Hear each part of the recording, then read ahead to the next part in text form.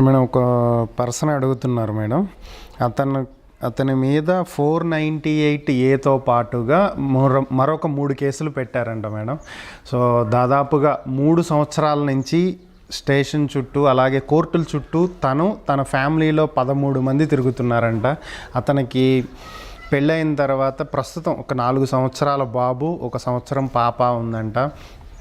తన భార్య 498A case పెడితే పోలీస్ స్టేషన్లో స్టేషన్ హౌస్ ఆఫీసర్ని కానీ సిఐని కానీ అందరినీ ఒకసారి మీరు క్లియర్గా ఎంక్వైరీ చేసుకోండి సార్, నిజంగా నా తప్పేమీ లేదు, రియల్గా నా తప్పు ఉంటే కేసు పెట్టండి అని కూడా బతిమలాడితే, ఇవన్నీ నాకు చెప్పకండి, కోర్టులో తేల్చుకోండి, నేను ఎఫ్ఐఆర్ రాసేశాను అని చెప్పి ఆయన ఎఫ్ఐఆర్ రాసేశారంట. ఆ తర్వాత కూడా కేసు నడుస్తున్నా కూడా కలిసి ఉంటేనే బెటరు, ఇలా చిన్న చిన్న విషయాలకి గొడవపడి విడిపోకూడదు అని చెప్పి తన భార్యని బతిమలాడి ఇంటికి తీసుకొచ్చుకోవడానికి 20 సార్లు ఆయన ప్రయత్నం చేశాడంట. బట్ తన భార్య మాత్రం రావట్లేదంట. పిల్లలిద్దరినీ ఇతని దగ్గరే వదిలేసి వెళ్ళిపోయిందంట. ఇప్పుడు నేను ఏం చేయాలి, నా భార్య అంటే నాకు చాలా ప్రేమ ఉంది, తను నేను వదులుకోలేకపోతున్నాను, కానీ నా కుటుంబం మొత్తాన్ని ఇలా తిప్పటం, నా పిల్లల్ని వదిలేసి వెళ్ళిందనే బాధ నాకు ఇంకా ఎక్కువైపోయి తనంటే విరక్తి వస్తుంది, నన్ను ఏం చేయమంటారో అని అడుగుతున్నాడు మేడం. నమస్తే అండి. ఈ వ్యక్తికి ముందు మనం అసలు ఏం చెప్పాలి, కంగ్రాచులేషన్స్ చెప్పాలా, థ్యాంక్స్ చెప్పాలా అనేది తెలియట్లేదు.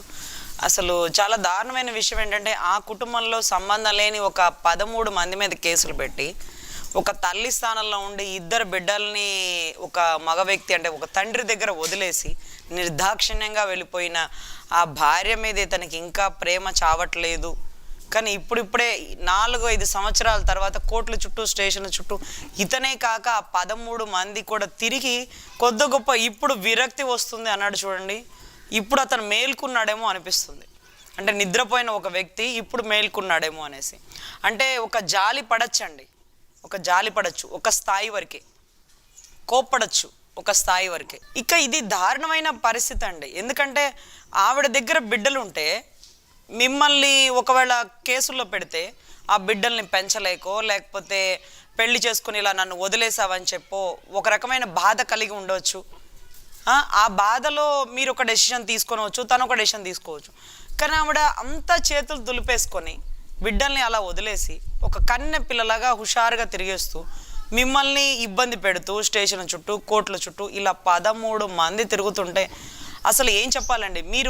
మీరు ఏ ఊరు, ఏ జిల్లా అనేది వదిలేస్తే మీ దగ్గరలో ఉండే అంటే ప్రతి స్టేట్కి ఒక హైకోర్టు ఉంటుందండి. అంటే ఆంధ్రాకి ఏపీ హైకోర్టు, తెలంగాణ హైకోర్టు, ఇలా 2 హైకోర్ట్స్ ఉంటాయి కదా. మీరు కన్సర్న్ హైకోర్టుకు వెళ్ళి క్వాష్ పిటిషన్ వేసుకోవచ్చండి.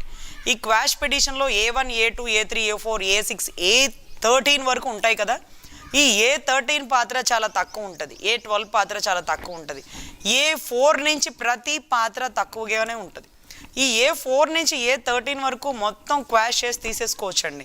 ఎందుకంటే సంబంధం లేని వ్యక్తుల పేర్లు పెడతారని కోర్టు వారికి కూడా తెలుసు. మీరు కనుక కోర్టుకి అర్జీ పెట్టుకున్నా, కోర్టులో పిటిషన్ వేసుకున్నా ఖచ్చితంగా మీ పేరు తొలగించడం జరుగుతుంది. ఎందుకంటే అందరినీ ఇబ్బంది పెట్టడం అది కోర్టు ఉద్దేశం కాదు, 498 యొక్క సెక్షన్ ఉద్దేశము కాదు. దీంట్లో మెయిన్గా మీరు హైకోర్టును ఆశ్రయించి మీరు కేసు పెట్టిన ఒక మరుసటి రోజు నుంచే పిటిషన్ వేసుకుంటే ఛార్జ్షీట్ అయిపోయిన వెంటనే హైకోర్టులో క్వాష్ చేసి A12ని తీసేయండి, పేరు తొలగించండి, A12 పాత్ర ఏమీ లేదు, A7 పాత్ర ఏమీ లేదు, A13 పాత్ర ఏమీ లేదు, ఇలా ఈ రకంగా తీసేస్తారు. మీకు కీలకమైన వ్యక్తులు A1 ఎవరైతే ఉన్నారో అతను భర్త. సో భర్తే ఒక భార్యని బాధించి ఉంటాడు అనుకుందాం.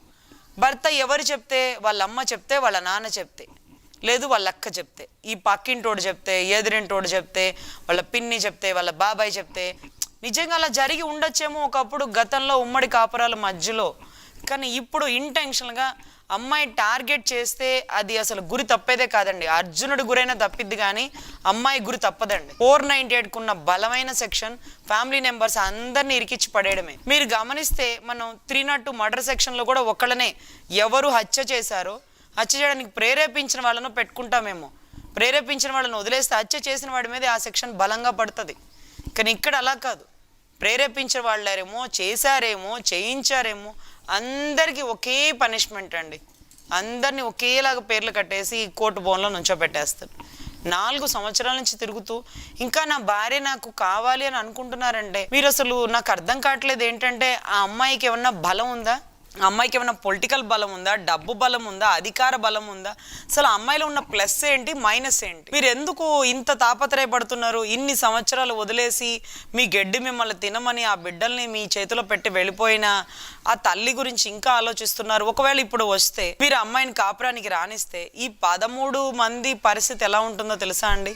వాళ్ళు మీకోసం మిమ్మల్ని సపోర్ట్ చేసిన పాపానికో, లేకపోతే ఆ అమ్మాయిలో ఉన్న తప్పుని ఎత్తి చూపించిన పాపానికో ఈ రోజుకి కోర్టు చుట్టూ, స్టేషన్ చుట్టూ తిరుగుతున్న వాళ్ళే కదా. సో మీరు దయచేసి ఒకటే గుర్తించండి, ఆ అమ్మాయి ఏం కావాలని కోరుకుంటుంది? కలిసి కాపురం చేయాలనుకుంటుందా, విడాకులు కావాలని కోరుకుంటుందా? ఏది కావాలో పెద్ద మనుషుల సమక్షంలో అడగండి.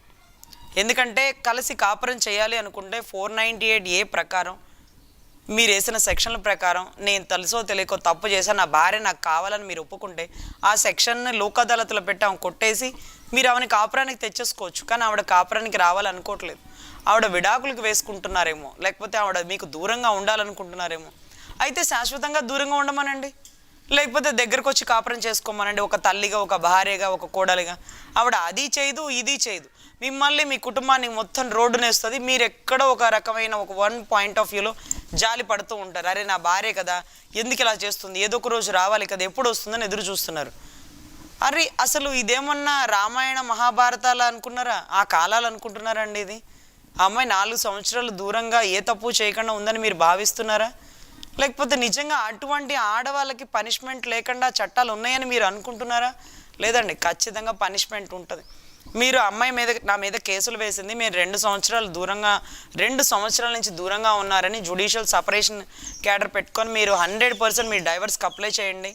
ఆ డైవర్స్కి 100% గ్రాంట్ అయ్యే అవకాశం ఉంటుంది. మీరు దయచేసి ప్రయత్నించండి. ఈ 13 మంది ముఖ్యంగా గుర్తుపెట్టుకోవాల్సింది ఏంటంటేనండి, మీరు తెలంగాణలో ఉన్నారో లేకపోతే ఆంధ్రాలో ఉన్నారో నాకు తెలియదండి, ఎక్కడ ఉంటే అక్కడ హైకోర్టులో క్వాష్ పిటిషన్ వేసుకోండి. మీ పేర్లన్నీ తొలగించే అవకాశం ఉంటుంది. మీరు ఎక్కడ కేసు వేసిందో అక్కడ కూడా మీరు 498 మీద పోరాటం చేస్తే ఇది తప్పుడు కేసు, ఎక్విటల్ అని నిరూపించవచ్చు. ఎప్పుడైతే ఆవిడ మీ మీద తప్పుడు కేసు వేస్తుందో, ఇలాంటి తప్పుడు కేసులు వేసి నన్ను, నా కుటుంబ పరువు తీస్తుంది అని చెప్పి మీరు దాని మీద డైవర్స్కి వేయవచ్చు. దాని మీద పరువు నష్టం దావా అని ఉంటారండి. ఐపీసీలో సెక్షన్ 499 అంటారు, పీనల్ సెక్షన్ 500 ఉంటుంది. సో ఈ రకంగా పరువు నష్టం దావా కూడా వేయచ్చు. ఎందుకంటే మీరు 4 సంవత్సరాలు కోర్టు చుట్టూ మీ ధనం ప్రయాస, మీ సమయ ప్రయాస ఇవన్నీ పోగొట్టుకొని తిరిగారు. మీరే కాదు, ఆ 13 మంది కూడా. ఆ 13 మందిలో చదువుకునే పిల్లలు ఉంటారు, పెళ్ళైన భార్యలు ఉంటారు, ముసలి వాళ్ళు ఉంటారు, ఉద్యోగాల్లో గవర్నమెంట్ డిజిగ్నేషన్లో ఉండిన వాళ్ళు ఉంటారు. వీళ్ళందరినీ ఇబ్బంది పెట్టడానికి గల కారణం ఏంటండి? ఆవిడ ఏం కోరుకుంటుంది? మీ నుంచి మంచి కాపురాన్ని కోరుకుంటుందా, మీ నుంచి విడిపోవాలని కోరుకుంటుందా? దీని అన్నిటికీ మెయిన్ కారణం ఏంటండి? వాళ్ళకి ఏం కావాలో వాళ్ళ మైండ్లో వాళ్ళకి తెలియదు. వాడిని ఇబ్బంది పెట్టాలి అంతే. అసలు నిన్న మొన్నటి దాకా సుప్రీంకోర్టు CJ ఎన్వి రమణ గారి దగ్గర, చీఫ్ జస్టిస్ గారి దగ్గర ఉన్న కేసు, ఒక ఆవిడ 10 ఏళ్ళు 15 ఏళ్ళ నుంచి పోరాటం చేసి ఒక గవర్నమెంట్ ఎంప్లాయీలో ఉన్న వ్యక్తిని డైవర్స్ కోసమో లేకపోతే ఇబ్బంది పెట్టడం కోసమో, అతని అరెస్ట్ కోసమో పోరాడుతుంది. ఆయన ఒక్కటే అన్నారు, అమ్మా ఎన్ని సంవత్సరాల నుంచి పోరాడుతున్నావు, నీ బిడ్డకి తండ్రి లేకుండా చేస్తున్నావు, నీకు భర్త లేకుండా చేసుకుంటున్నావు, నీ ఇంటెన్షన్ ఏంటి? అతను జైల్లోకి వెళ్ళిపోతే నీకు రూపాయి వస్తుందా? మెయింటెన్స్ రాదు కదా. నీ బిడ్డకి తండ్రి వస్తాడా? నువ్వు పోగొట్టుకున్న యవ్వన జీవితాన్ని పొందగలుగుతావా? నీకు మనశ్శాంతి వస్తుందని అని అనుకుంటున్నావా? అలా అంతా ఏం ఉండదమ్మా. నీ భర్త మనసు మారి నీతో హ్యాపీగా ఉండి, నీ బిడ్డకి తండ్రి స్థానంలో ఉండి, నీకు ఒక భర్త స్థానంలో ఉండి, మీ కుటుంబం అంతా దయచేసి ఒక్కటవ్వండమ్మా. వివాహిక సంబంధం యొక్క గొప్పతనాన్ని గుర్తించండి. నీ భర్త నువ్వు సాధించడం ఏంటి తల్లి? నీ భర్త చనిపోతే బొట్టు పూలు తీయాల్సింది నువ్వే కదా అని నచ్చ చెప్పినటువంటి గౌరవ చీఫ్ జస్టిస్ హోదాలో ఉన్నటువంటి వ్యక్తి చేసిన పని ఈరోజు ఏ మీడియేషన్ సెంటర్లు ఎందుకు చేయలేకపోతున్నాయండి? పెద్ద మనుషులు ఎందుకు చేయలేకపోతున్నారు? గ్రామ పెద్దలు ఎందుకు చేయలేకపోతున్నారు? లేకపోతే ఒక అడ్వకేట్ స్టేజ్లో ఉన్న వ్యక్తి ఎందుకు చేయలేకపోతున్నాడు? ఒక డైవర్స్ కేసు వేస్తే మనకు ₹1 వస్తుందా అండి? ఆ విడిపోయిన బంధం మనకి ఎందుకండి? నిజంగా ఇలాంటి జరుగుతున్నప్పుడు ఖచ్చితంగా మీడియేషన్ చేయండి. ఇక వర్కౌట్ కానప్పుడు మనం ఏం చేయాలనేది మన వృత్తి ప్రకారం మనం చేద్దాం. కానీ ముఖ్యంగా వాళ్ళిద్దరిని కలిపే ప్రయత్నం దయచేసి ప్రతి న్యాయవాది చేయాలని మనస్ఫూర్తిగా కోరుకుంటున్నానండి. ఎన్నో సంబంధ బాంధవ్యాలు అడ్వకేట్ల వల్లే తెగిపోయినాయని చాలా కించపరుస్తున్న మాటలు కూడా వింటున్నాం. సో దయచేసి మన వృత్తి ధర్మానికి మనం అన్యాయం చేసుకోవద్దు. ఆ నుంచి వచ్చే రూపాయి మనకి, మన కుటుంబానికి కూడా మంచిది కాదు. మ్యాక్సిమం వాళ్ళని కలపడానికి ప్రయత్నిద్దాం. మ్యూచువల్ డైవర్స్ అయితే చేద్దాం. కంటెస్ట్ అయితే వాళ్ళ తప్పు నిజంగా ఉంటే ఆ తప్పు మన దగ్గర ఆధారపూర్వకంగా నిరూపించబడితే ఆ తప్పు గురించి మనం పోరాడదాం.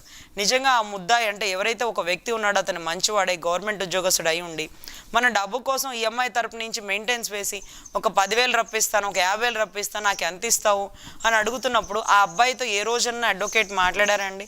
ఒక కేసు ఒక అమ్మాయి అప్పచెప్పినప్పుడు అవతల క్లయింట్తో మనకెందుకండి అంటారే కానీ ఈ అమ్మాయి చెప్పిందే నమ్ముతారు. కానీ ఒక్కసారి మాట్లాడి ఎందుకమ్మా ఇది గొడవ పెద్ద చేస్తూ అబ్బాయి సామరస్యంగానే ఉన్నాడు కదా, కూర్చొని మాట్లాడుకోండి, వాడి దగ్గర నుంచి వచ్చే సగం జీతం ఎందుకు, నువ్వు అక్కడికి వెళ్తే నీ బెటర్ లైఫ్ బాగుంటుంది కదా ఫ్యూచర్గా, ఇదంతా మనం చెప్పాలి కదా. చెప్పరండి. ఏ కేసు తీసుకుంటే ఆ కేసు వ్యక్తితోనే మాట్లాడతారు. 50,000 ఇస్తారా, ₹1,00,000 ఇస్తారని డిమాండ్ చేసుకుంటారు. పోలీసులు అడ్వకేట్స్ కుమ్మకై వివాహ బంధాలు తెంచేస్తున్నారని ఎన్నో అపోహలు అపవాదులు వస్తున్నాయి.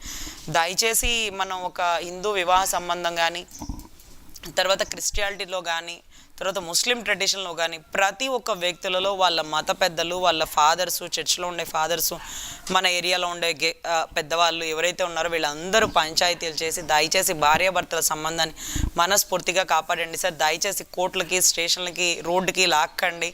ఏదైనా వాళ్ళు ఇష్టపూర్వకంగా విడిపోవాలనుకుంటే అది కూడా పెద్ద మనుషులు దగ్గర ఉండి మ్యూచువల్ డైవర్స్ తీసుకోండి. దయచేసి తప్పుడు 498 పెట్టకండి సార్. దీనివల్ల కోపం ఇంకా పెరిగే అవకాశం అండి. ఎందుకంటే రీసెంట్గా మేము ఒక గూడూరు స్టేషన్, నెల్లూరు స్టేషన్కి సంబంధించిన ఒక కేసు చూస్తే ఆ లేడీ ఎఫ్ఐఆర్ పెట్టిందండి. ఆ వ్యక్తి మనసు మార్చడానికన్నా ఉద్దేశంతో పెట్టిందేమో. ఆ వ్యక్తి అన్నాడు, ఇది నిన్న మొన్నటి దాకా ఇంట్లోంచి బయటికి వెళ్ళని పిల్ల ఎవరో చెప్పుడు మాటలు విని ఎఫ్ఐఆర్ వేసి నన్ను, మా అమ్మని, మా తమ్ముడిని ఎక్కడో ఉద్యోగం చేస్తున్న మా అక్కని పిలిపించింది. అదే ఆ ఎఫ్ఐఆర్ పెట్టిన ఒక కారణంగా ఈ అమ్మాయికి విడాకులు ఇస్తున్నాను, మా కుటుంబాన్ని మొత్తం స్టేషన్కి వచ్చిన కారణంగానే అమ్మాయికి విడాకులు ఇస్తున్నాను. ఈ అమ్మాయి గతంలో చేసిన తప్పులకో లేకపోతే మేమిద్దరం గొడవ పడింది అనుకో కాదండి, మా అమ్మల్ని స్టేషన్కి తీసుకొచ్చింది, మా మీద ఎఫ్ఐఆర్ చేసింది, ఈ కారణం చాలు ఈ అమ్మాయిని ఇంట్లోకి రానివ్వకుండా ఉండడానికి అనేసి. అంటే మీరు ఏం చేయాలనుకొని చేశారు, అది ఏమైందండి? ఆ భర్త మనసు మార్చి ఆ ఇంట్లోకి గొప్పగా పోవాలనుకున్నారు. ఆ ఒక్క ఎఫ్ఐఆర్ మీదే వాడు నేను కాపురానికే తీసుకెళ్ళను అని ఫిక్స్ అయిపోయాడు. అంటే నువ్వు ఒక ఆడపిల్లగా నువ్వు ఇబ్బంది పడుతున్నప్పుడు నీ భర్తకి అక్క, చెల్లి, ఆ అమ్మాయి ఇబ్బంది పడుతుంది, నీ భర్త తల్లి ఇబ్బంది పడుతుంది, వాళ్ళు ఆడవాళ్లే కదండి. 498A సెక్షన్ కట్టేటువంటి మహిళా పోలీసులకో, మహిళా డిఎస్పీలకో ఆడవాళ్ళు, ఈ కంప్లైంట్ ఇచ్చిన వాళ్ళే ఆడవాళ్ళ, అక్కడ అత్తలు ఆడవాళ్ళే, అక్కడ ఆడబిడ్డలు ఆడవాళ్ళే, అక్కడ తోడుకోడలు ఆడవాళ్ళే. వాళ్ళు అలా కనిపించట్లేదా? లేకపోతే రైట్ టు ఈక్వాలిటీ ఇక్కడే వర్తిస్తుందా, అక్కడ వర్తించదా? కంప్లైంట్ లేడీ ఇచ్చినప్పటికీ అవతల వ్యక్తులు లేడీలు ఉన్నప్పుడు కొంత ఎగ్జామ్షన్ ఇవ్వాలి కదండి. మంచంలో పెరాలసిస్ స్ట్రోక్ మీద వచ్చిన మామ మీద కూడా కేసు పెట్టేశారండి. వాడికి 5 ఏళ్ళ నుంచి స్ట్రోక్లోనే మంచం మీద పడున్నాడు. పెళ్ళే 2 ఏళ్ళు అయింది ఆ అమ్మాయికి. ఆ మామ మీద కూడా పెట్టేసిందండి. నోరు కూడా లేదండి అతనికి, నోరు కూడా లేదు, మాట కూడా రాదు సరిగ్గా. అతను మంచంలో ఉండే ఏమైనా హెరాస్ చేస్తాడట, మరి ఏం చేశాడు? మరి ఇంత దారుణంగా, ఇంత పైశాచికంగా చేయకుండా పాపం మీకు మీ తల్లిదండ్రులు కూడా కొట్టే అవకాశం ఉంటుంది. సో ఆ 13 మందికి ఒకటే విజ్ఞప్తి అండి, దయచేసి హైకోర్టులో క్వాష్ పిటిషన్ వేసుకొని ఆ పేర్లు తొలగించే అవకాశం ఉంటుంది. 100% తొలగిపోతుంది. కన్సర్న్ జడ్జి గారు కూడా గుర్తిస్తారు. ఇవి కావాలని వేసిన పేర్లనే వాళ్ళకి అర్థమవుతుందండి. ఇవన్నీ 100% కొట్టేస్తారు.